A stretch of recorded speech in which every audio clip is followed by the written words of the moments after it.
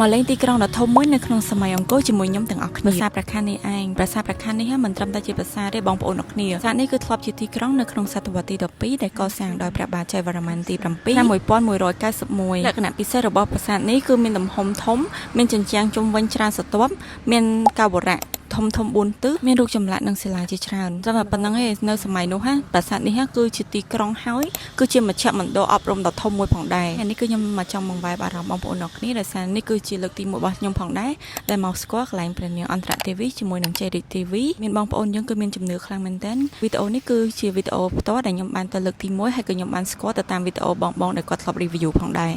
នាងអន្តរទេវីគឺជាព្រះមហាសីដំបងរបស់ព្រះបាទចៅវរ្ម័នទី7ដែលគេជឿថាព្រះនាងមានបញ្ញាខ្ពស់និងគ្រប់គ្រងព្រះពុទ្ធសាសនាមហាយានយ៉ាងខ្លាំងបន្ទាប់ពីព្រះនាងបានសោយទីវង្គតប្អូនស្រីរបស់ព្រះនាងគឺជាព្រះនាងជ័យរាជទេវីបានក្លាយជាព្រះមហាសីនិងបន្តគ្រប់គ្រងការកសាងប្រាសាទនិងសាសនានាងទាំងពីរគឺជានារីដ៏ឆ្នើមនៅក្នុងប្រវត្តិសាស្ត្រខ្មែរដែលបានទុកស្នាដៃដ៏អស្ចារ្យរហូតមកដល់សប្តាហ៍ថ្ងៃជាច្រើនហើយថាស្ត្រីនៅក្នុងសម័យអង្គរមានតួនាទីយ៉ាងសំខាន់នៅក្នុងការកសាងអរិយធម៌ខ្មែរផងដែរសម្រាប់បងប្អូនដែលមកសៀមរាបភាគច្រើនមកទៅប្រាសាទអង្គរវត្តអីក៏អាចចូលទៅលេងប្រាសាទផ្សេងៗនៅតំបន់អង្គរដែរគឺមានច្រើនខ្លាំងមែនតើបងប្អូនអរគ្នាប្រាសាទព្រះខ័ននេះគឺតាក់ទងសំខាន់ទៅលើសាសនាជាមួយនឹងការអប់រំនៅកាលសម័យនោះផងដែរបងប្អូនអរគ្នាដែលបានមើលវីដេអូនេះដល់ចប់